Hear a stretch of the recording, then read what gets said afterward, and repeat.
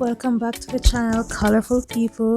Today we'll be cooking some good sticky cow foot. Now you know it's a cow foot tough and it takes long to cook, so we now put our gas. We're using a coal stove on the outside.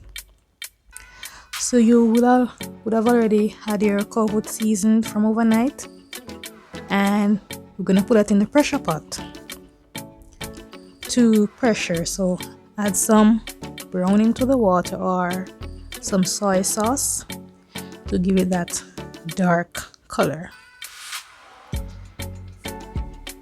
So let your cow foot pressure, and this is how it looks when it has been pressuring for a while. I'm gonna check to make sure that everything's soft. If it's not soft, pressure again. Quick and easy. After your cow foot has been pressured, you're gonna add it to your pot, your Dutch pot, and you're gonna let it simmer, let it cook down, and make some nice good gravy. And this is what your cow foot looks like after it has been finished. Quick and easy, no hard nothing.